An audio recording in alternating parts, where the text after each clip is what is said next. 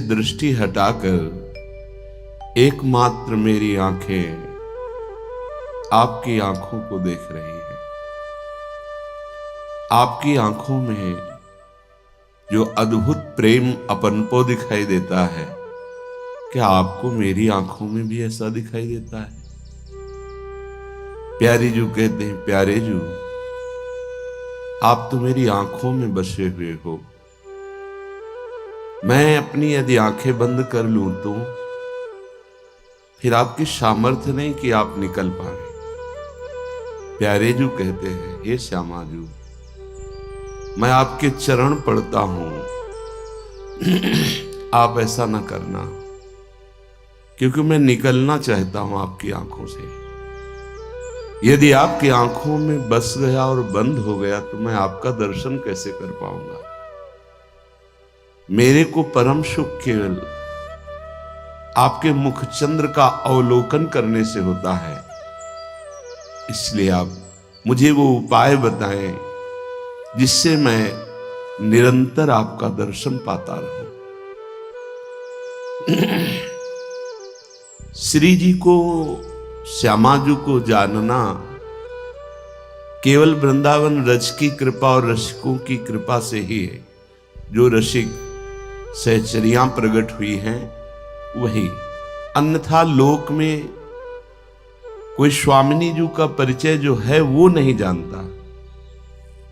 कुछ का कुछ उसकी समझ प्राकृतिक है तो चिदानंद प्रेम मूर्ति प्रियाजू को कैसे जान पाएगा?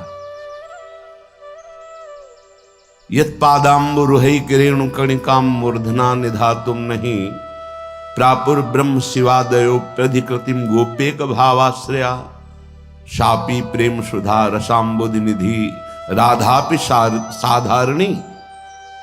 महाप्रभु कह रहे हैं कि गोपी भाव धारण करने पर भी जिनकी चरण रज की आकांक्षा भगवान शिवादि बड़े बड़े महापुरुष करते हैं, पर कभी सेवाधिकार नहीं प्राप्त कर पाया, ऐसी स्वामिनी जी को लोक में किसी से भी मिलाना, बोले हे काल तुम्हें नमस्कार है, हमारी श्यामा जी को ये जान नहीं पाए। कोई भी उपासना हो, कोई भी उपासक हो, गोपी जनों से बढ़कर नहीं है।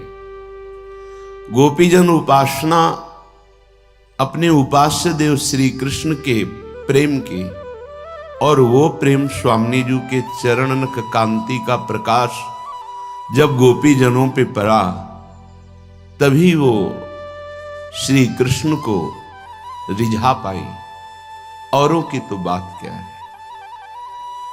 स्वयं श्री कृष्ण जिनकी आराधना पांचों भाव से ही की जाती, शांत, दास्य, सख्य, वात्सल्य, कांता, वो श्री कृष्ण जिनकी आराधना करते हैं वो है राधा किशोरी। श्री स्वामी हरिदास जी महाराज प्यारी जी और प्यारे जी की इस बात का वर्णन करते हैं। प्यारी जू जैसे तेरी आँखिन में हो अपन पो देखत हो, ऐसे तुम देखती हो किधो नाही। अधिक प्रीति मन भा संदेहा, ये विचित्र प्रीति है हमारे बिहारी और बिहारिन जो की। ऐसी जी होत जो जी सो जी मिले तन सो तन समाई लेऊं, तो देखो कहा हो प्यारी।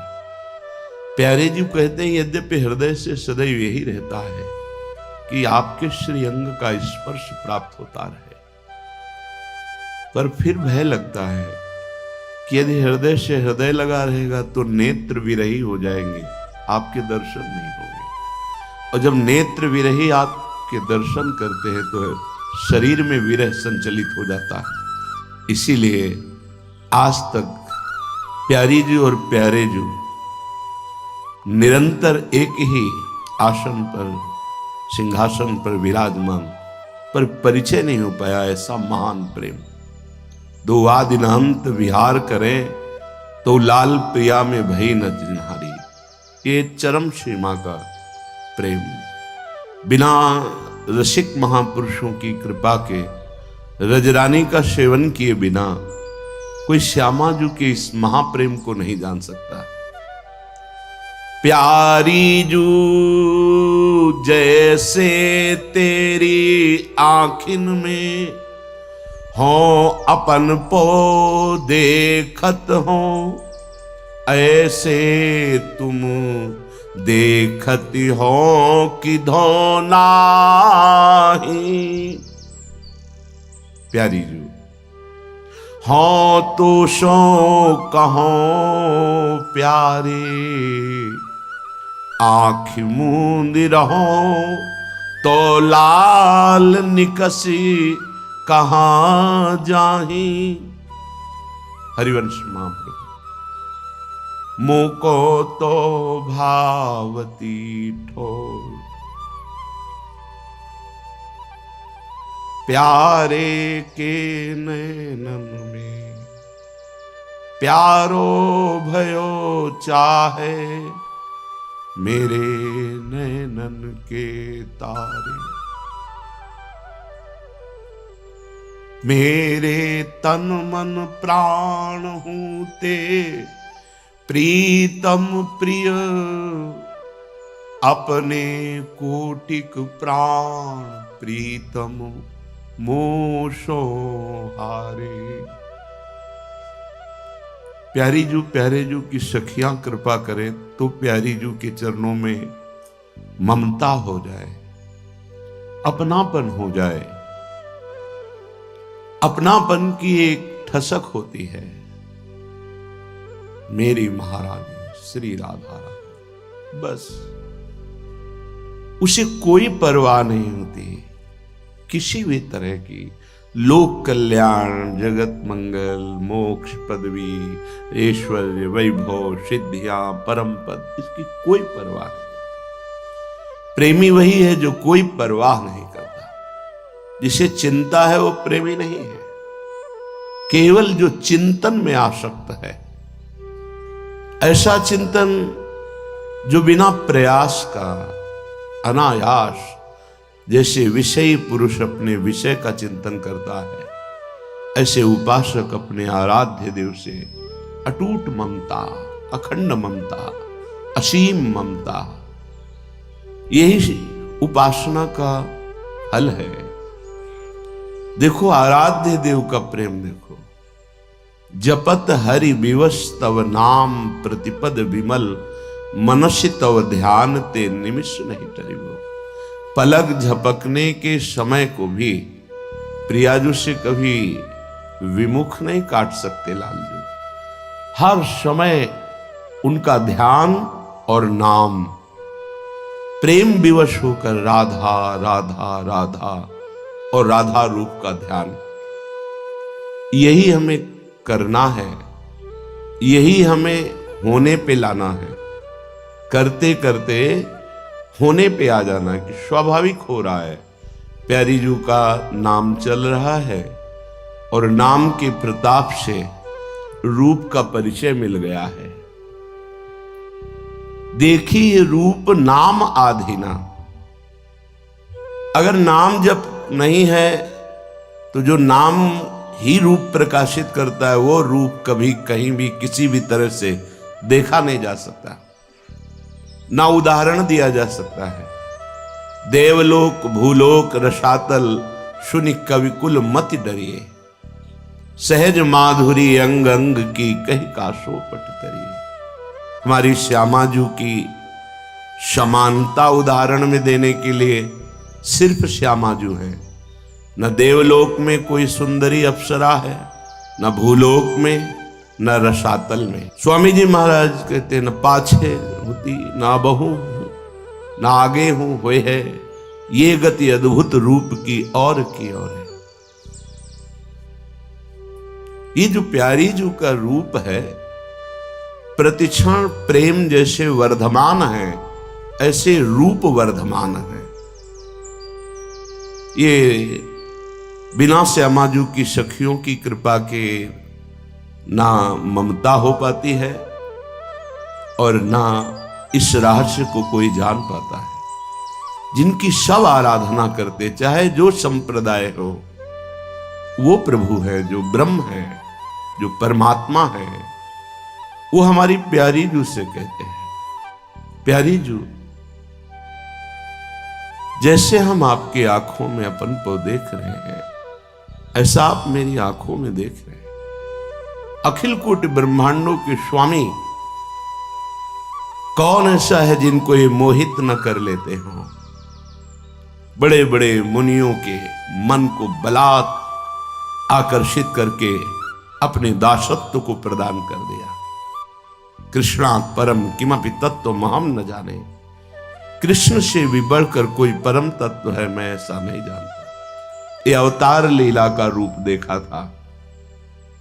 अनादि अनंत महामहिम श्री वृंदावन नवनिवृत्त निकुंज में विराजमान जो बिहारी जू का रूप है, वो आगम निगम पुराण अगोचर है कि जो बिहारी जू के चित्त को चुरा ले, अधीन कर ले बिहारी जू को, ऐसी हमारी श्यामा जू है। प्यारी जू जैसे तेरी आंखिन में हो अपन पौ देखत हो, ऐसे तुम देखती हो किधो नाही, हो तो सो कहो प्यारे, आँखि मूंद रहो तो लाल निकसी कहाँ जाए, मोह को निकसिबे को ठोर बताओ, साची कहो बलि जाऊं लागो पाही। मैं आपके चरण स्पर्श करता हूं। कौन बोल रहे हैं? अखिल कोटि ब्रह्मांडों के स्वामी। कैसे कोई जानेगा राधा किशोरी को। सांची कहो बलिहारी जाऊं, आपके चरण पढ़ूं, आप मुझे ऐसा उपाय बता दो जिससे मैं हर समय आपको देखता हूं। क्या रूप है, क्या अद्भुत आकर्षण है, क्या प्रेम है कि जो स्वयं बड़े बड़े ऋषि मुनि योगिंद्र ज्ञानेंद्र के भी चित्त का अपहरण बलात् कर लेते हैं, वो प्रभु ऐसी प्रार्थना कर रहे हैं। ये वृंदावन धाम है, ये प्रेम धाम है। इसीलिए जो आगम निगम पुराण गोचर के रहस्य को जानने वाले भी हैं, उनके लिए भी ये अगम्य रस है। ये तो अहो भाग्य, स्वामिनी जी ने कृपा करके धाम में बुलाया और अपने अद्भुत रहस्य को जानने वाले रसिकों का संग दिया। मुँह को निकशबे को ठोर बताओ, साची कहो बलि जाऊं लागो पाही। मैं बलिहारी जाता हूं, आपके चरण पड़ता हूं, आप वो उपाय बता दो जिससे मैं निरंतर आपको देखता रहूं। ये कौन कह रहे हैं? बड़े बड़े महापुरुष जिनकी आराधना कर रहे हैं, तो हमारी छाती नहीं फूलती कि हम किन प्रियाजू के। देखो, जितना भी बल है त्रिभुवन में, हमारे प्रभु का ही अंश बल का आता है। तो वो महाबली होते, चाहे पवन हो या पवन पुत्र हो, कोई भी अभेद भुजदंड मूल पीन अंश सानुकूल। महाबली श्री हरि की भुजाओं के अंश से ही बलवान है। चाहे जितना बड़ा लोकपाल स्वयं काल भी इन्हीं के बल से सबके प्राणों का अपहरण करता है। कोई भी हो त्रिभुवन में, इनसे बड़ा बलवान नहीं। लेकिन हमारी प्रियाजू का बल देखो। देखो माई अबला के बल राशि। देखो देखो इन बल राशि को देखो। अगर कोई समझता हो कि इनमें बल नहीं तो जरा देखो हमारी स्वामिनी जी का बल। अति गज मत निरंकुश मोहन। ये ऐसे महान गजराज हैं कि आज तक इनके ऊपर कोई अंकुश नहीं लगा पाया। परम स्वतंत्र न सिर पर कोई, भावे मने करें। हे परीक्षित, ये वो भगवान हैं जिनकी आज्ञा का पालन भगवान शंकर और सनकादि करते हैं। शिव और सनकादि पर शासन करने वाले ये योगींद्रों मुनींद्रों के गुरु, ये आज इस प्रियजन को लेकर उनकी वेणी गूंथ रहे हैं। संबोधन मात्र करते हैं, हिम्मत नहीं पड़ी कि राधा बोल दे। अगर राधा बोल दे तो समाधि लग जाए महाराज सुखदेव जी की। फिर 7 दिन में शरीर पूरा होना है परीक्षित का, तो इनको परम पद कैसे मिलेगा। इसीलिए बस संकेत किया है, अनयाराधितो नूनम भगवान हरिरीश्वरा। ईश्वरों के भी ईश्वर भगवान श्री हरि जिनकी आराधना करते हैं वो एक हैं। कौन है बोला नहीं। अनयाराधितो नूनम, स्वयं भगवान जिनकी आराधना करते हैं उनको कहते हैं राधा। बस अर्थ बोला, अनयाराधितो नूनम भगवान हरिरीश्वरा। ईश्वरों के ईश्वर भगवान श्री हरि स्वयं जिनकी आराधना करते हैं। हरि कह रहे साची कहो बलि जाऊं, आपके चरणों में मस्तक रखता हूं। बस हमको वो उपाय बता दो जिससे मैं हर समय देख। तो हम राधा शरणागत हैं ऐसी स्वामिनी की जो अति गज मत निरंकुश मोहन, निरख बंधे लट पाश। आज तक कोई पास ही ऐसा नहीं तैयार हुआ कि मोहन को बांध सके। हां, इनके द्वारा बहुत से पाशों का निर्माण हुआ जिनको कोई नहीं तोड़ सकता। वरुण पाश, काल पाश, नाग पाश, ब्रह्म पाश, बड़े बड़े पाश हैं। लेकिन ये सब पाश जितने हैं इनके समीप आते ही सब नष्ट हो जाते हैं। कोई भी दिव्यास्त्र हो, जहां भगवान का, इसीलिए अर्जुन को कोई भी दिव्यास्त्र छू भी नहीं पाया। बड़े बड़े दिव्यास्त्रों का संधान हुआ, भगवान के सामने आते ही सब शांत हो जाते थे, उनका प्रभाव नष्ट हो जाता था। लेकिन एक पास महारानी जी का, जिसे लट पास कहते हैं, ऐसे निरंकुश, ऐसे परम स्वतंत्र भगवान को बांध लिया। देखो बल का प्रभाव, इन महाबली श्री हरि को एक लट पास ने बांध लिया। ये सखियों का सुख है, बाहरी इस बात को नहीं जान सकते। अति गज मत निरंकुश मोहन, निरख बंधे लट पास। कैसे दैन्य हो रहे हैं, कह रहे हैं हाउ बलि जाऊं, मैं आपकी बलिहारी जाता हूं। लागो पाही, मैं आपकी चरण वंदना करता हूं। श्रीमद राधा सुधा नहीं। ये रसघन मोहन मूर्तिम विचित्र केलि महोत्सवोल्लसितम, राधा चरण विलोडित रुचिर शिखंडम हरिम वंदे। आह, पीछे याद होगा सत्संग में कि श्री सूरदास जी कहते हैं इनके चरणारविंद त्रिभुवन का टीका है। कोई भी हो, सब अपने ललाट को घसते हैं इनकी चरण रखने की चौकी में, और ये अपने ललाट को पधराते हैं गोरे चरणारविंद। बाहर कोई नहीं जानेगा, ये अंतर महल की बात है। श्री हरिदास के स्वामी श्यामा तुम्हें देखो चाह,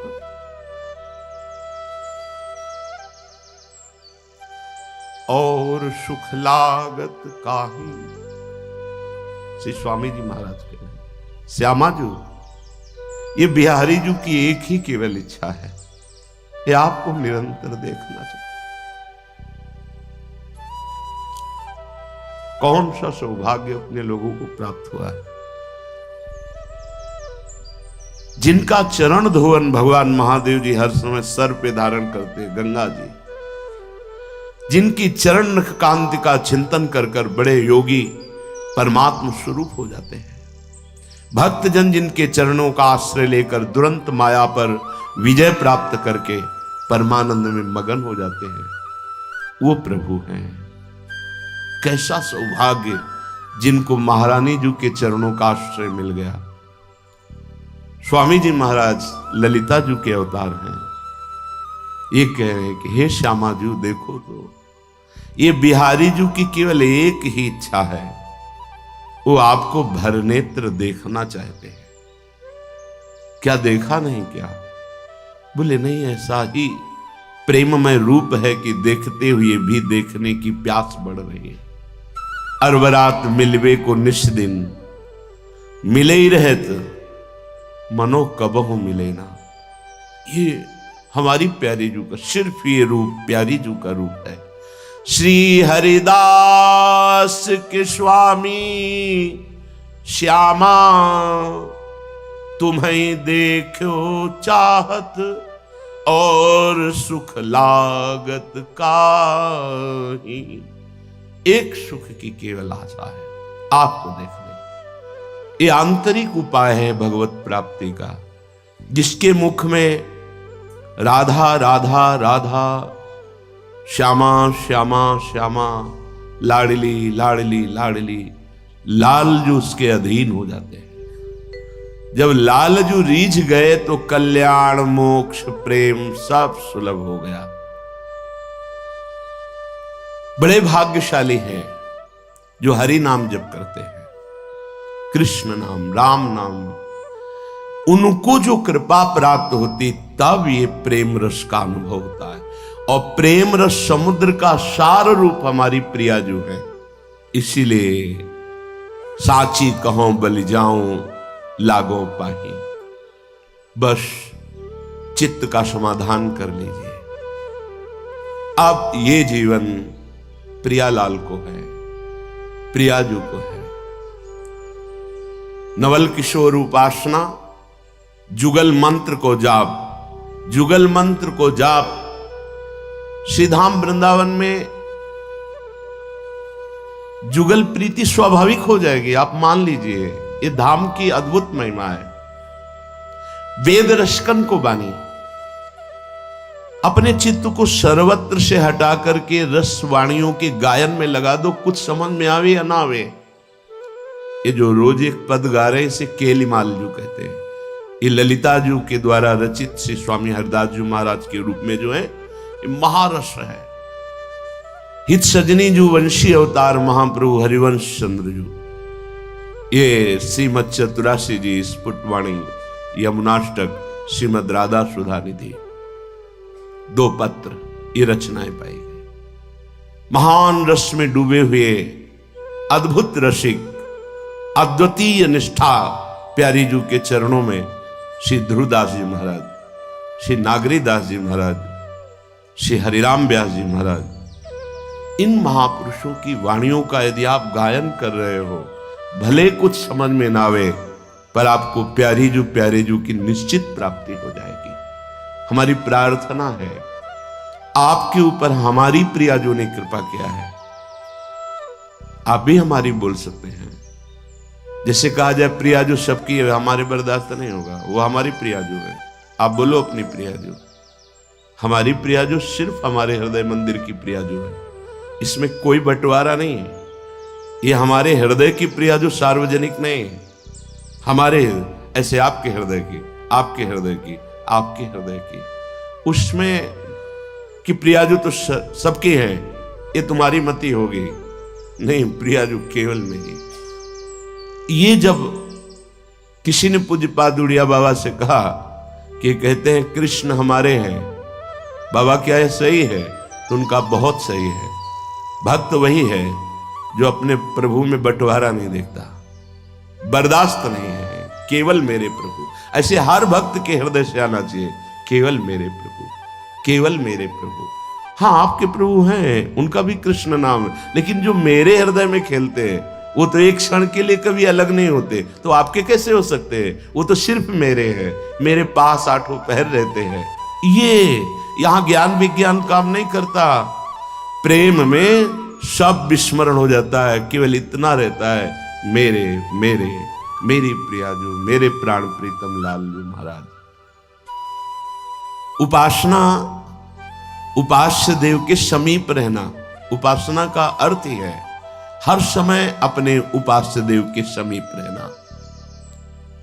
उपास्य देव की समीपता, उपास्य देव की लीला स्थली का सेवन, बंधन, चिंतन इससे होती, पक्का समझ लेना। बिना उपास्य देव की लीला स्थली का सेवन किए, चिंतन के, आराधन के, आराध्य देव में वो प्रीति नहीं होती जो होनी चाहिए। इसलिए जो जहां की उपासना में आसक्त है, वो उपास्य देव की लीला स्थलियों का दर्शन, सेवन, चिंतन अति आसक्त हो जाए। यहां मेरी प्रियाजू ने लीला की, यहां लालजू ने लीला की। ये जो आप ब्रजभूमि में आए, ये एक एक कण महाप्रेम में है। श्रीपाद प्रबोधानंद जी महाराज कह रहे हैं, किसी भी दिशा से वृंदावन को तुमने नमस्कार करना शुरू कर दिया, ये अक्षरशः सत्य माना ना। कल चर्चा हुई थी कि श्लोक में, अब नवीन आगे के श्लोक में भी इसे कह रहे हैं, नमन मौलि वृंदा विपिन दिशि सर्वोन्नत तमो मनाक प्रीतो वृंदावन भुवि समस्तः प्रियतमः ददत किंचित वृंदावन तनुभृते सर्व भगवद विभूतेर्भागीसो भवति जगताम तद्भृति परः।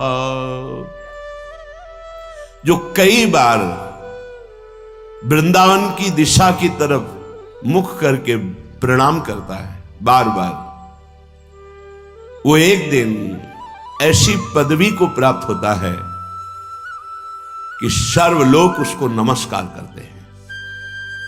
लौकिक उन्नति और पारलौकिक उन्नति दोनों की प्राप्ति के लिए श्री वृंदावन को प्रणाम करना, श्रीपाद कह रहे, बहुत बड़ा साधन है।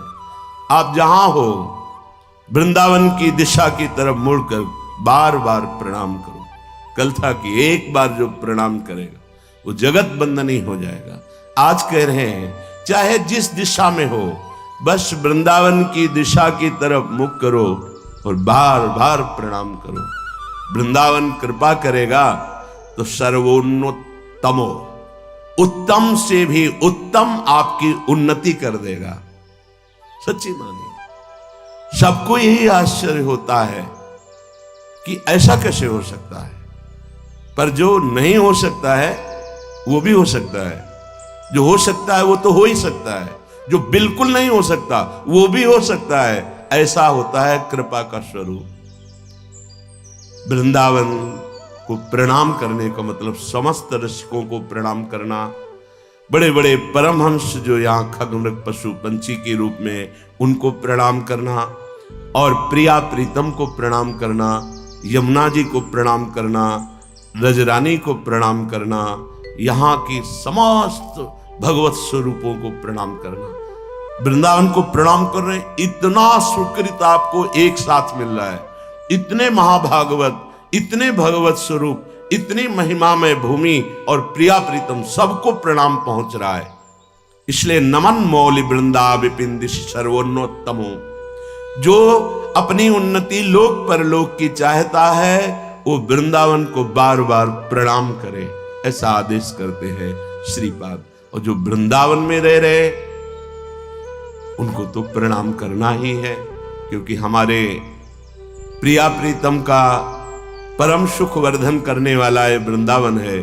हम हृदय से और बाहर मस्तक से भी बार बार इस रच को प्रणाम करते हैं, इस धाम को प्रणाम करते हैं। कई बार प्रार्थना की है, अगर आप इस बात पर ध्यान दें तो कोई भी अपराध आपको परास्त नहीं कर पाएगा। जब आप शयन करने जाएं तो शैया में चढ़ने के पहले वृंदावन को प्रणाम करें, पंचांग, फिर हाथ जोड़कर आंख मूंदकर प्रिया प्रीतम का ध्यान करते हुए हे वृंदावन धाम, हे वृंदावन धाम के व्यक्त अव्यक्त महान प्रेमी जनों, हमारे शरीर से, मन से, वचन से, जान में या अनजान में कोई अपराध बन गया हो तो मुझे क्षमा करना। प्रभु मैं आपकी शरण में हूं, मुझे अपराधी से अपराध बनना स्वाभाविक है, हे नाथ क्षमा कीजिए।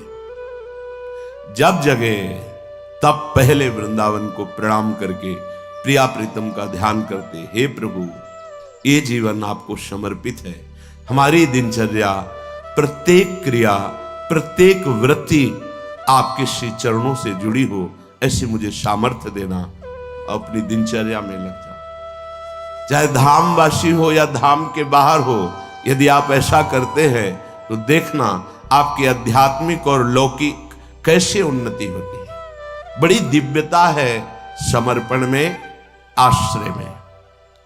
मनात् प्रीतो वृंदावन भुवि समस्तः प्रियतमः, जिसने वृंदावन की भूमि से प्यार कर लिया, वास्तविक जीवन वृंदावन, प्राण वृंदावन, सर्वस्व वृंदावन, सदगुरु वृंदावन। मैं जीवित नहीं रह सकता वृंदावन के बिना, ऐसा जिसके हृदय में आ गया है तो कह रहे हैं समस्त प्रियतमों का प्रीतम बन जाएगा। क्या भाव है? समस्त प्रियतमों के प्रीतम है प्रियालाल, वो प्रियालाल का प्रीतम प्यारा बन जाएगा। प्रीतम होने तो सर्वश्रेष्ठ प्यारा, वो प्रिया प्रीतम का लाडला बन जाएगा जो वृंदावन से प्यार करेगा। सुनते थे पहले कि वृंदावन पकड़ लेता है, और समझ में नहीं आता था कि कैसे पकड़ लेता है। उनकी कृपा से कुछ कुछ समझ में आने लगा है कि कैसे वृंदावन पकड़ लेता है, कि वृंदावन के बिना हमारा कोई अस्तित्व नहीं है, हम जी नहीं सकते। वृंदावन ही हमारा जीवन है, वृंदावन के बिना हमारे जीवन का कोई अस्तित्व नहीं है। ऐसे पकड़ लिया, सोच नहीं, जैसे हम बिना श्वास के नहीं जी सकते, हम जैसे बिना जल अन्न आदि के बहुत दिनों तक प्राण धारण नहीं कर सकते, ऐसे वृंदावन के बिना हम जी नहीं सकते। जैसे श्वास थोड़ा समय, कितने सेकंड रोक पाओगे, इसके बाद प्राण निकल जाएंगे। ऐसे ही जैसे मछली को जल से कितने समय तक अलग कर सकते हो, वो प्राण छोड़ देगी। ऐसी प्रीति हो जाए वृंदावन से, तो कह रहे वृंदावन क्या करेगा? समस्त प्रियतमों का प्रीतम बना देगा। समस्त प्रीतमों के प्रीतम है श्यामा श्याम, मतलब श्यामा श्याम का वो प्यारा ऐसा लाडला हो जाएगा कि जैसे भगवत रसिक जी कहते हैं, अगर एक पलक झपकने को भी मैं सेवा में हूं और नहीं देख पाए तो भगवत भगवत पुकारने लगते हैं। श्यामा श्याम कहाँ है भगवत रसिक जी?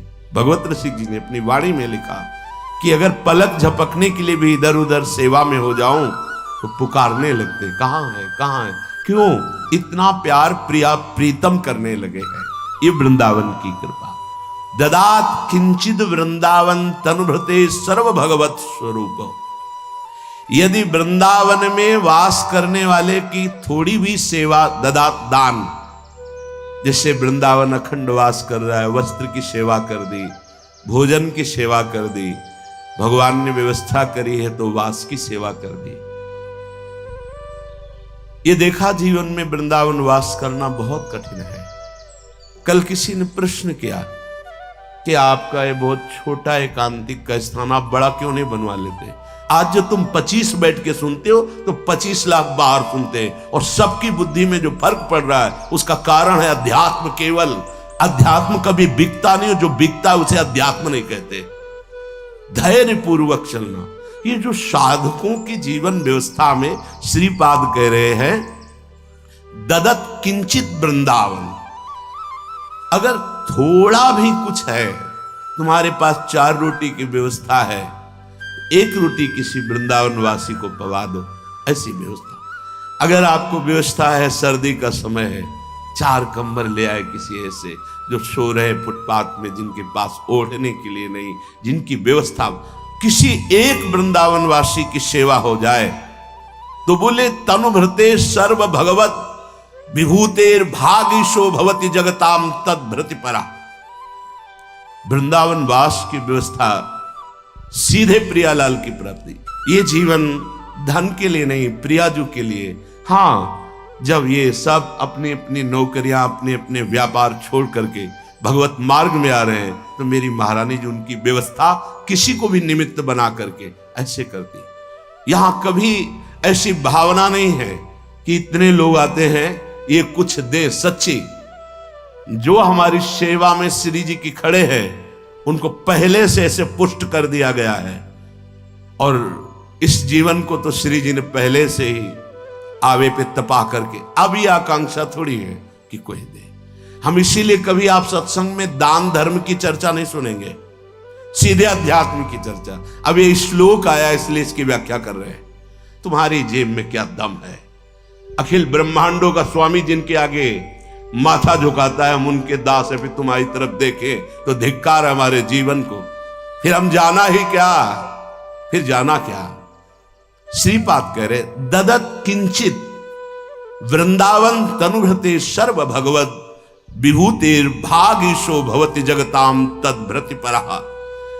जिसने श्रद्धा करके वृंदावन वास करने वाले को किंचित कुछ सहयोग कर दिया। बड़ा भगवान का विचित्र खेल है। जब उनको जैसी व्यवस्था करनी होती, देखा है, अन मांगे आगे आवेगो जीव पल लागे पल को। विश्वास कर ले सब। आप क्या समझते, वृंदावन वास कठिन मोरे माई, चिल्ला चिल्ला के रोना पड़ा कि नहीं मेरा कोई नहीं, अगर आप नहीं रखेंगे तो मैं नहीं रह पाऊंगा वृंदावन। जब नजर हुई उनकी तो आप देख ही रहे हैं। ये हम इसलिए बता रहे हैं कि वृंदावन वासी की अगर इतनी भी सेवा हो गई तो कह रहे हैं कि भगवान की समस्त विभूतियां उसको वरण कर लेंगी। और पक्का देखा है हमने। ददत किंचित वृंदावन, किंचन मात्र तनुभृते, जिसने अपना जीवन वृंदावन को दे दिया। ऐसे उपासकों की किंचन मात्र सेवा बन जाए तो भगवान की समस्त विभूतियां उसका वर्ण कर लेती। क्या वर्ण कर लेती? वो भगवत प्राप्त हो जाता है। बहुत बहुत दुर्लभ बात, भगवत प्राप्त हो जाता है। ये भगवत प्राप्ति क्यों हुई बिना साधना के उसको? क्योंकि जो साधन कर रहे हैं वृंदावन में प्रिया प्रीतम की प्राप्ति के लिए, तो मोरे मन प्रभु अस विश्वासा राम ते अधिक राम कर दासा। जैसे मां को प्रसन्न करना हो तो बेटे को दुलार करने लगो। कोई मां है अपने बच्चे को ले उसको टॉफी दुलार, तो उसकी करुणा वात्सल्यमयी वृत्ति तत्काल, नहीं भाई साहब आप क्यों ऐसा कर रहे हैं, नहीं बहुत प्यारा बच्चा, वो आपकी तरफ करुणा दृष्टि से देखेगी। भगवान के लाडले हैं साधक जन, इनकी छोटी मोटी वृत्तियों को मत देखना। जिन्होंने अपना जीवन समर्पित कर दिया है, मेरे प्रभु उनको ऐसे देखते हैं जैसे किसी का इकलौता प्यारा लाडला अधिकारी संपूर्ण वैभव का। ऐसे अपने भक्तों को देखते हैं। जो अपराध भक्त कर करे राम रोष पावक सो जरे। बिल्कुल सत्य मानना, अगर उनके लाडिलों को जरा भी आपने दुलार कर दिया तो हरि की सीधे करुणा दृष्टि होती है, जो बड़ी बड़ी साधनाओं से दृष्टि नहीं प्राप्त की जा सकती। वो भगवत प्रेमी महात्माओं की सेवा से दृष्टि प्राप्त होती। गजेंद्र भगवान का भक्त है, उसका उद्धार बाद में हुआ, पहले ग्राह परम पद को पहुंचा, क्योंकि भले वैर भाव से सही उसने चरण पकड़ा था भक्तराज गजेंद्र का। तो पहले सुदर्शन पार्षद ने उनका स्पर्श करके ग्राह को पहले परम पद भेजा, फिर बाद में बचाया गजराज को। जो भक्त का चरण आश्रय लिए हुए है, भगवान की करुणा दृष्टि सबसे पहले उसमें जाती। इसीलिए हर वैष्णव संप्रदाय में दास दासोहम की महिमा है। जो भगवान के भक्तों के चरणों की दासता स्वीकार कर ली, वो कैसा भी हो भगवान उसे परम पद देते। अपने भक्तों से भी ज्यादा प्यार अपने भक्तों की भक्ति करने वाले से प्रभु करते।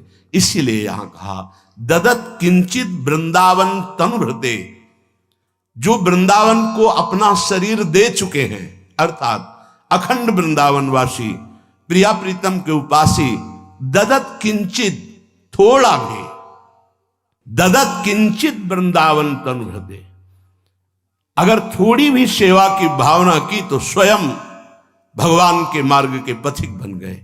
आप सरिस चाहे सबकी ना, ये इतना कृपालु वृंदावन है। चलो देखो तो निहाल कर देती है श्री जी। वृंदाटव्याम भव्या विदधति न कथम वास्त्र मात्रंच नित्यम। ऐ दुर्भागी, क्यों विषयों में भटक रहा है? ये देखो, अपनापन से डांट रहे हैं। यदि तुम परम पद चाहते हो तो वृंदावन आ जाओ। बहुत कठिन है परम पद, पर वृंदावन तुम्हें ऐसा संग प्रदान करेगा कि बहुत सरल हो जाएगा परम पद, बहुत सरल हो जाएगा। दुर्भागी व्यक्ति विषयों में फंसता है। अगर तुम्हें ऐसा लग रहा है कि मैं परम पद के योग्य नहीं हूं तो बोले श्रीधाम वृंदावन आ जाओ, पक्का आपको स्वाभाविक धाम की कृपा पर कभी संशय नहीं होना चाहिए। एक महाभागवत के द्वारा सुनाई हुई कथा करे कि एक बहुत बड़े ज्योतिषाचार्य जी अपने मित्र के साथ वृंदावन आए, तो उन्होंने कहा, विनोद में उनके मित्र ने कि तुम ज्योतिष का कोई चमत्कार दिखाओ। ज्योतिष शास्त्र सत्य है पर उसका सम्यक ज्ञान होना चाहिए।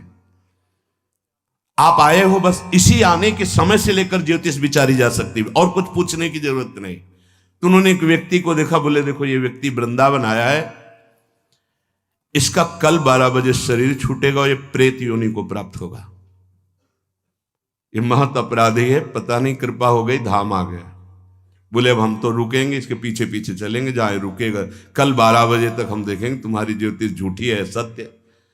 ठीक 12 बजे परिक्रमा मार्ग में आया वो व्यक्ति, एक सांड ऐसे रज से क्रीड़ा करके तो उसकी सींगों में रज आदि लगी।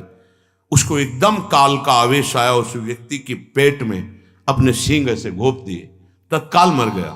जीव मरा तो पवित्र तपस्वी ज्योतिषाचार्य जी ने देखा, कहा देखो तुम 12 बजे वाले सीन केवल देख रहे हो कि मेरी ज्योतिष सत्य, मैं जो देख रहा हूं वो आश्चर्यचकित है।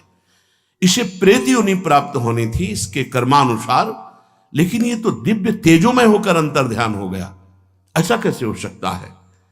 तब उन्होंने वृंदावन के किसी महारसिक जन के समीप गए और उन्होंने बताया कि मुझे ज्योतिष के प्रभाव से तीनों कालों का ज्ञान है और मैं अपने जितेंद्रिय और संयमता पूर्वक तप पूर्वक रहता हूं, मैंने ये दृश्य देखा। तो उन्होंने कहा जो तुमने देखा उसके आगे की बात मैं बता देता हूं। उस सांड के सींग पर वृंदावन की रज थी। रज जे ही उदर में गई और उसके प्राण निकले तो प्रियाजू के पास सीधे वो पहुंच गया। जे रेणु पर मरिबो मंगल आए। कह रहे यदि परम पद की आकांक्षा है तो तुम वृंदावन धाम का आश्रय ले लो, बड़ी अद्भुत महिमा है। तुम धाम के रज का सेवन करो, धाम वास कर लो, जितने दिन कर पाओगे उतना ही तुम्हारा परम मंगल हो जाएगा। परम पद मिलना बड़ा कठिन है, जिसको अभी आप 2 दिन से चर्चा में सुन रहे हैं। स्थूल शरीर का, सूक्ष्म शरीर का और कारण शरीर का, तीनों शरीरों के चिंतन और राग का त्यागी वो मोक्ष पद का अधिकारी होता है, प्रेम नहीं, मोक्ष पद का। और जो जीवन मुक्त महापुरुष है वही अनुराग रस को प्राप्त होता है। 2 दिन से चर्चा हुई थी 5 कर्मेंद्री, 5 ज्ञानेन्द्री, अंतःकरण चतुष्टय, 5 प्राण, पंचभूत रचित स्थूल देह और ये सूक्ष्म देह। अब कारण देह वर्णन करते हैं। अव्यक्त में त्रिगुणैर निरुक्तम तत्कारणम नाम शरीरमात्मनः सुषुप्तिरेतस्य विभक्त्यवस्था प्रलीन सर्वेंद्रिय बुद्धिवृत्ति। ये जो कारण शरीर है इसे स्वभाव कहते हैं, जो 3 गुणों से बनता है, सतोगुण, रजोगुण, तमोगुण से। कभी सात्विक किसी का स्वभाव बढ़ गया तो बहुत अच्छे स्वभाव का है, कभी राजसिक स्वभाव बढ़ गया तो बड़ा भोगी प्रवृत्ति का, और कभी तामसिक स्वभाव बढ़ गया तो बड़ा हिंसक और क्रोधी। ये तीनों मिश्रित चलते हैं। कभी बड़े बड़े हिंसकों में भी दया देखी जाती है, कभी कभी बड़े बड़े दयावानों में भी हिंसावृत्ति आ जाती है। वो तमोगुण, रजोगुण, सतोगुण, इन तीनों का मिश्रण स्वभाव चलता रहता है। ये स्वभाव ही कारण शरीर है। जैसे जागृत अवस्था में स्थूल देह का भान, और सुषुप्ति के समय जो स्वप्नावस्था है ये सूक्ष्म देह का भान, और गाढ़ सुषुप्ति में ये कारण शरीर का भान, जो जगने पर कहता है कि मुझे कुछ याद नहीं, 5-6 घंटे मैं बहुत अच्छे से सोया। ये तीन शरीर हैं। इन तीन गुणों से बने हुए स्वभाव का जब परिवर्तन हो जाता है, गुणातीत स्वभाव, क्या यह जो पर्योमुई सहज स्वभाव, सी हरिवंश नाम रस चाओ, नाव सुदृढ़ भव तरन को। उपासक का स्वभाव परिवर्तन हो गया, उसका स्वभाव बन गया नाम जप करना।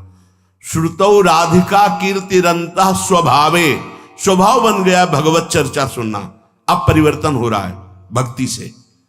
स्थूल शरीर की सारी क्रियाएं भागवतिक, सूक्ष्म शरीर का सारा चिंतन प्रभु का, और स्वभाव बन गया है प्रभु के नाम का जप करना, गुणों का श्रवण करना, और ज्ञान में तीनों शरीरों का त्याग, इनकी क्रियाओं का, इनकी वृत्तियों का, इनके चिंतन का दृष्टा भाव से, ये मैं नहीं हूं। जब कोई उपासक मन और अहंकार इनको ठीक कर लेता है, तब वो जान पाता है कि मैं आत्मस्वरूप हूं। मन ही बंधन और मोक्ष का कारण बताया गया है। यदि आपका मन देह भाव से विषयों में विचरण करता है तो आप चाहे भगत हो, चाहे ज्ञानी हो, चाहे योगी हो, चाहे कर्मयोगी हो, कुछ नहीं है। सीधी बात समझो। मन जब अहम से, देह भाव से भोगों में विचरण करता है तो आत्मस्वरूप अकर्ता होकर के भी बंधन को प्राप्त हो रहा है, क्योंकि वो अपने को भूलकर अंतःकरण के अहम धर्म से युक्त हो गया है। ज्ञान स्वरूप ऐसी प्रबल माया कि इसमें तदात्म हो गया है। तो अब सारी उपासना का कार्य बनता है इस मन को ठीक कर लेना। जिस समय मन सत्य चिंतन में होता है, मनन, उस समय बुद्धि प्रसन्न होती है, और प्रसन्न बुद्धि में अनुभव होता है कि मैं स्थूल देह नहीं, मैं सूक्ष्म देह नहीं, मैं कारण देह नहीं, ये स्वभाव भी प्रकृति का है, मेरा नहीं। ज्ञान मार्ग में, भक्ति मार्ग में जब खूब भगवान नाम जप होता है और मन निष्पाप हो जाता है, एक अद्भुत आनंद प्रकट होता है। उसी आनंद में उसे अपने आराध्य देव की रूप माधुरी दिखाई देती है। और जहां रूप माधुरी देखा तो मम दर्शन फल परम अनुपा, जीव पाव निज से स्वरूपा। वो अपने भाव देह को प्राप्त होकर अपने आराध्य देव की समीपता को प्राप्त हो जाता है। ये बहुत भ्रम बैठ गया है मूढ़ता के कारण कि ये शरीर मैं हूं और ये शरीर के भोग जितना मैं भोगूंगा सुखी हो जाऊंगा। बहुत बड़ा भ्रम है और इसमें प्रायः सब लगे हुए हैं, कोई बिरला इस भ्रम से अलग हो पाता है। निर्मल तेजोमय भगवत स्वरूप आपका स्वरूप है। ये मैं हूं इस शरीर को मानने के कारण आप विविध नामों में, विविध रूपों में फंस गए। ये शरीर का अभिमान, इसी से आपको काम सताता है, क्रोध सताता है, लोभ सताता है, मोह सताता है, मद सताता है, मत्सर सताता है। किसमें? देहाभिमान में। मैं नाना प्रकार की नीच गतियां प्रदान करने वाला ये मैं अंतःकरण का जीव की दुर्गति कर देता है। जैसे अभी सब दुर्गति ही हो रही। बुद्धि अभिमान से युक्त हो जाती है मैं पुरुष हूं, मैं स्त्री हूं, मैं धनवान हूं, मैं गुणवान हूं, मैं विद्वान हूं। बस वो इस माया के नाटक में फंस करके पूरा जीवन बर्बाद कर देता है। जिस प्रकार सूर्य के तेज से उत्पन्न हुए प्रकाश से कोहरा और अंधकार छिन्न भिन्न नष्ट हो जाता है, ऐसे गुरु के वचनों से प्रकट हुए ज्ञान से उपासक इस माया के अविद्या जाल को नष्ट कर देता है, फिर अपने आप को देखता है भगवत स्वरूप। ये परमानंद का मार्ग कहीं ये किसी क्रियाओं के द्वारा प्राप्त नहीं होता। ये गुरु वचन से सुन करके विचार पूर्वक बस मानी हुई मान्यता को त्यागना है। ये जब तक पंच कोशों का त्याग नहीं हो जाता तब तक वो परमानंद को नहीं प्राप्त होता। 3 शरीर और 5 कोश। 3 शरीर सुना, स्थूल शरीर, सूक्ष्म शरीर, कारण शरीर। पंचकोश पहला है अन्नमय कोश। देहोयमन्न भवनोन्नमयस्तु कोश चान्नेन जीवित विनश्यत् तद्विहीनः त्वक्चर्म मांस रुधिरास्त पुरीश राशिर्नायं स्वयं भवितु मर्हति नित्य शुद्धः।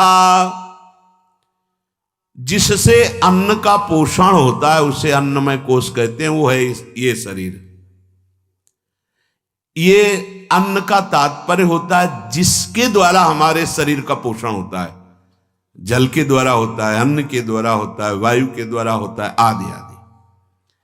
त्वचा, चर्म, मांस, रुधिर, अस्थि और मलमूत्र बनाने वाला ये अन्नमय कोश में नहीं हो सकता। ये उपासक को देखना है, मानना है, जानना है। ये जन्म के पहले शरीर नहीं था, ये मृत्यु के बाद शरीर नहीं रहेगा, तो ये बीच में भी नहीं है। जैसे ये स्वप्न के समय नहीं था, दूसरे शरीर में आप विचरण कर रहे थे स्वप्न के समय, स्वाप्निक शरीर में। स्थूल शरीर तो सैया में पड़ा था, बिल्कुल ध्यान नहीं था। जगने के बाद स्वप्न का शरीर नहीं था, वो झूठा हुआ, तो दोनों झूठे हो गए। बिल्कुल स्वाप्निक शरीर की तरह ये स्थूल शरीर भी मैं नहीं हूं, क्योंकि जन्म के पहले नहीं था और मरने के बाद ही नहीं रहेगा, बीच में केवल भास रहा है। ये शुद्ध बात है अगर समझ में आ जाए तो। लेकिन यहां तो हम साधु संग भी करते हैं जंतुर बंधवाने के लिए, बड़े बड़े विचित्र लीला हैं, समझना पड़ेगा। सतमार्ग क्या है और पाखंड क्या है, खुली बात है। सतमार्ग क्या है? साधु का मतलब है 5 कोशों का बाध करने वाला, तीनों शरीरों के राग का त्यागी। बड़े विचित्र कैसे भगवान सतमार्ग देते हैं। धन्य भाग है जिनको जो सतमार्ग में चल रहे। बहुत विचित्र विचित्र लीलाएं हैं, बहुत विचित्र, अति विचित्र भगवंत गति। इसलिए थोड़ा तो सत्संगी जन बुद्धिमानी करो। इन शरीरों के राग के त्याग का नाम भगवदानंद है। कोई भी सृष्टि में ऐसा नहीं है कि जो अधर्माचरण करे और उसको सुखी कर दिया जाए। जो धर्माचरण करे उसको परिणाम में दुख हो, ऐसा कभी नहीं हो सकता। और जो धर्म अधर्म दोनों से ऊपर उठकर भागवत धर्म या प्रेम धर्म में है, वो भगवत साक्षात्कार करता है। कलयुग है, बहुत ही नाटक नौटंकी जो है, धर्म विरुद्ध आचरण, एकदम शास्त्र विरुद्ध आचरण, एकदम शास्त्र विरुद्ध। तस्मात् शास्त्रम प्रमाणम ते कार्याकार्यो व्यवस्थित हो, ऐसे भी बोला जा सकता है, लेकिन ये रखे इसीलिए है तस्मात् शास्त्रम प्रमाणम ते। रोड बना उसके इधर उधर भटकना नहीं, सीधे मार्ग में चलो। तुम्हारी क्रिया शास्त्र प्रमाणित होनी चाहिए, ऐसा शास्त्र में लिखा है, ऐसा आयुर्वेद में लिखा है। अगर नहीं लिखा है तो पाखंड कोरा क्यों? पर बुद्धि का यह सारा खेल है। देह और उसके धर्म और उसके कर्म और उसकी अवस्थाएं, ये मैं कभी नहीं हो सकता। देह और देह के धर्म और देह के कर्म और देह की अवस्थाएं जो परिवर्तनशील है वो मैं कभी नहीं हो सकता, क्योंकि मैं एक रस सच्चिदानंद हूं।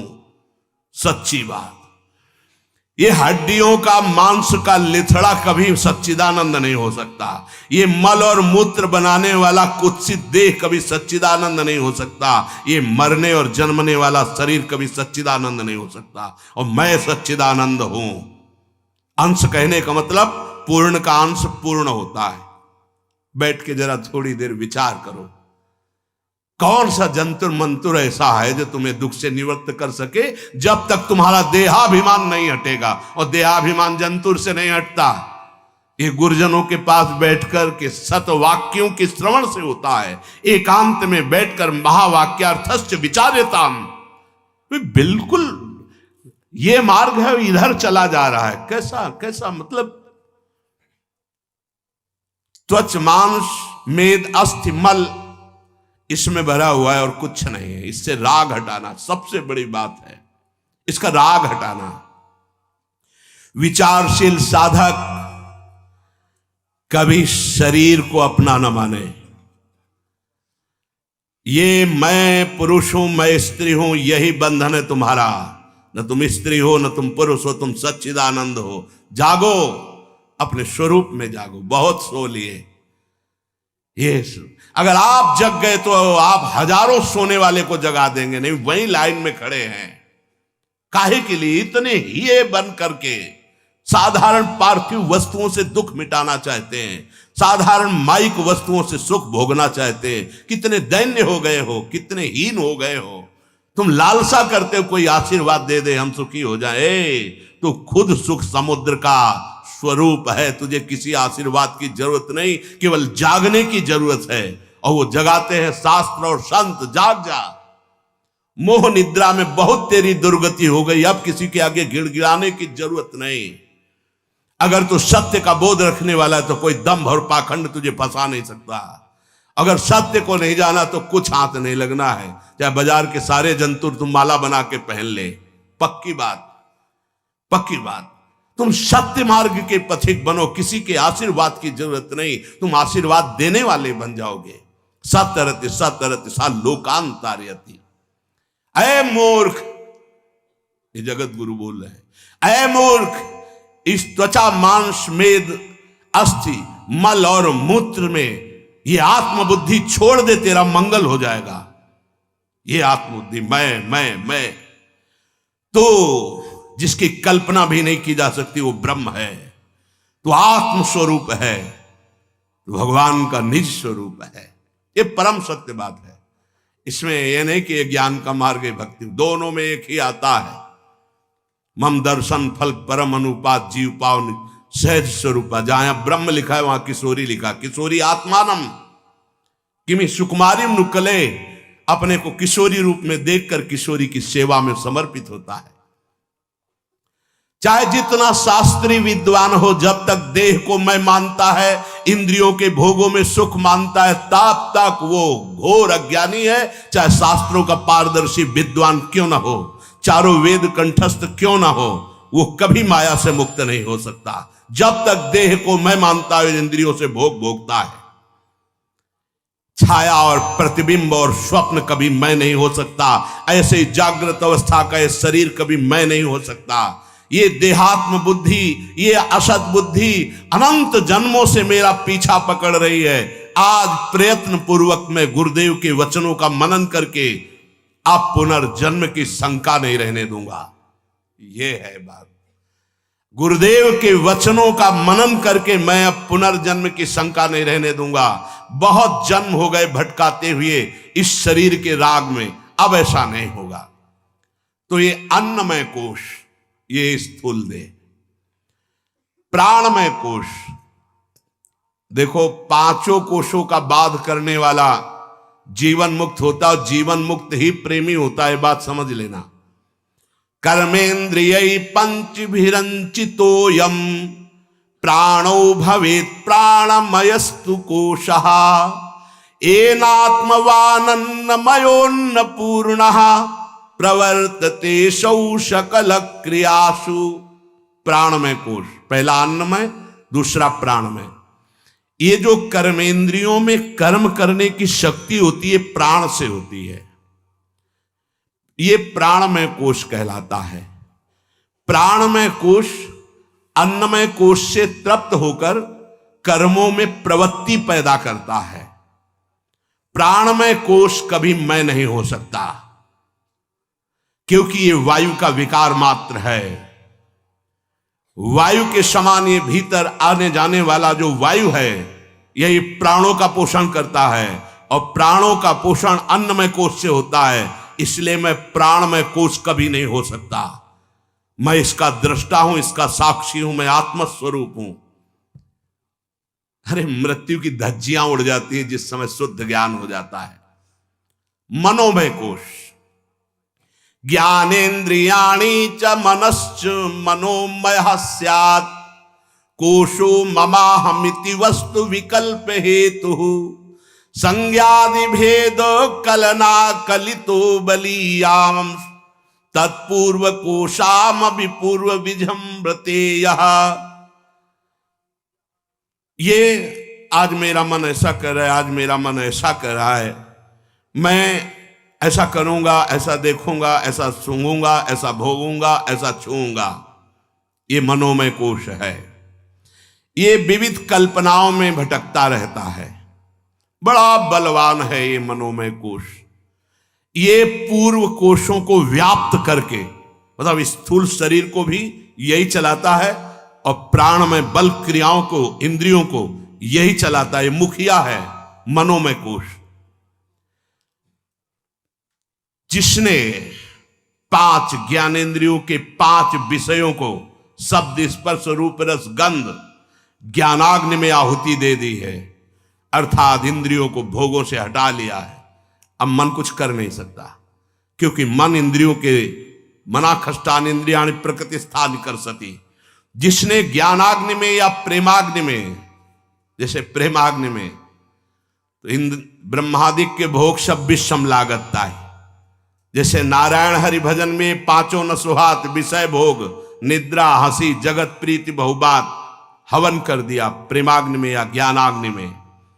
जिस समय साधक अपनी इंद्रियों की वासना शब्द स्पर्श रूप रस गंध भोगों में जो जा रही है, ये उत्पन्न हुई ज्ञानाग्नि में भस्म कर देता है, उसी समय संपूर्ण प्रपंच से मन असंग हो जाता है, क्योंकि मन इंद्रियों के द्वारा ही भोगों में जाता है।